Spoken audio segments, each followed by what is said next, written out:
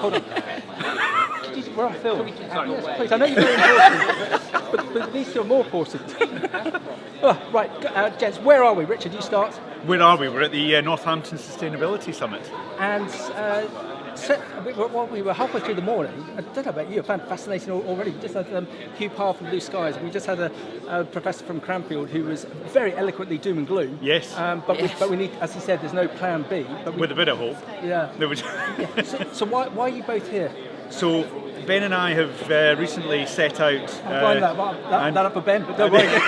No, you go for it. You go for it. So Ben and I have recently started out and set up a consultancy to help businesses with sustainability, so the very topic that we're here to see. And so today's really good to look at learning a bit, networking a bit, and look at calibrating what we are looking to offer businesses.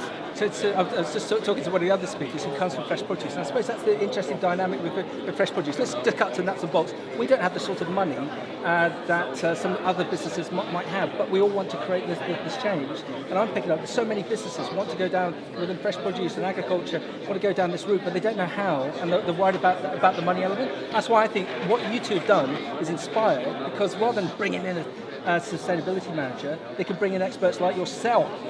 Would this be correct? Yeah, I think what we've learnt straight away is that a lot of people are just looking for that financial sustainability, and that is their first priority, and rightly so. That's where the jobs are, and they've got to maintain their businesses. But they care, and they want to change. They recognise they need to change, but many of them don't know really where to start on that journey. Yep. Okay, and that's why it's inspired having the background of yourself. Because you've got such good experience within the sector, now you've stood out from it, but you can deploy that expertise, and you're also learning. That's why you're here today. Completely, and I think it's beyond the our expertise, but I do think there's a methodology within some of the ESG framework that we are looking at deploying, which will improve the performance of a business. Yeah. And so it's how does that improve profitability? How does that actually benefit the value of a business, rather than it being seen as purely a compliance function? And I think that Hugh made the perfect point today. It's about choices. It's all about the choices, and that's difficult for businesses to make because they're right up in the trees. And I think we can set that through, as you say, some structure, some framework to bring that to life and to help them to make those choices on the journey, because you can't do everything. Yeah, but and again, I've been involved in my recruitment background with so many examples of placing non-execs. And I still can't quite get my head around non-execs. Yeah, they're a critical friend. But I think, again, if you could bring a selective team in who understands, and you could pick up the phone and bring them in for a 2-week project, or look at something overseas, or look at an acquisition, or look at how you just get this whole sustainability thing in, and you can deploy that expertise, and you know financially it's going to work. It's a very good route to go down. Completely. I think the first part of it is setting a plan. A lot of businesses have a plan. Yeah. It's then about how you deliver relentlessly against that plan, and that's going to take time. So our role is either helping to establish a plan, or it's about how do we advise a business on delivering that over the longer term. Yep. Okay.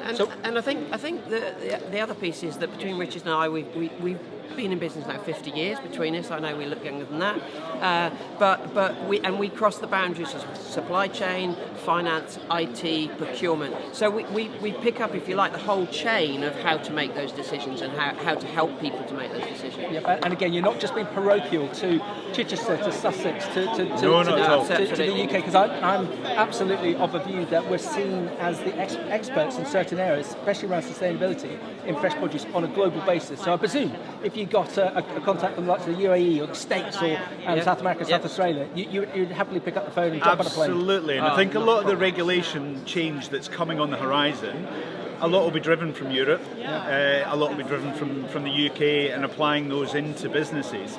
And so yes, that will then take off across the world, and we're looking at helping businesses globally from a food and farming perspective. And both of us have worked, and in my case lived abroad as well, and worked outside the UK, and are perfectly used to those jumping the boundaries of culture and values and so on and so forth. Yeah, I think there's a great link. Cranfield University have this picture, this graph showing that those companies that invest in training development have better staff retention, better turnover, better profitability. And my view is exactly the same with the likes of this subject of sustainability. If you have the likes of yourself coming in training, deploying your expertise, they're going to see the same. That graph is going to be duplicated. And also from a sustainability perspective, there's an engagement of a generation which I've seen firsthand, which is having set up an ESG framework, is that the younger generation within the workplace suddenly are very motivated to make change within a business. So it has lots of knock-on effects. Yeah. Okay. So come on, predict the future. That horrible question. What's this area of sustainability going to look like for fresh produce agriculture 3 years, 5 years out? From Richard. I think the right way to do it is to integrate a framework into the business that allows you to monitor all the metrics that are important and are going to be important, whether that's water, energy, your social impact, the governance and risk management within a business, and then formulating that into the kind of path and the way forward, so that good performing businesses are integrating sustainability and becoming more and more sustainable and striving to achieve net zero. Yeah. And I think that, again, Hugh made the point about collaboration. I think the produce industry needs to talk amongst itself, take that best practice, learn from each other, within a competitive set, of course, and it will take it forward, sometimes in collaboration with other folks in the industry. And again, I think it's great that you come to support this event, because a lot of people would look at it and go, well, it's not fresh produce centric, but that's the point. No. That's the point, so that you can learn. We're passionate about doing this. We're passionate about continuing to learn, because nobody's got all the answers, as we're learning already, and we need personally to engage in this to make certain that we're absolutely as passionate and as equipped as we can be to take the industry forward. And also what we're finding is there's solutions out there. There are people who are starting small businesses who are providing the solutions to bigger businesses. They're not necessarily within fresh produce, but some of these software solutions are outside, and we need to kind of bring those in and be looking around for what the answers are. So, gents, well done on the creation of the new business. I know you're already out of the gates and doing very well. How can we find out more about the business, please? So on the website, so we're www.ether.co.uk, and just get in touch, reach out on LinkedIn. Gentlemen, well done. All the best for the future. Very Great, exciting. thank you, Max. Thanks, Max.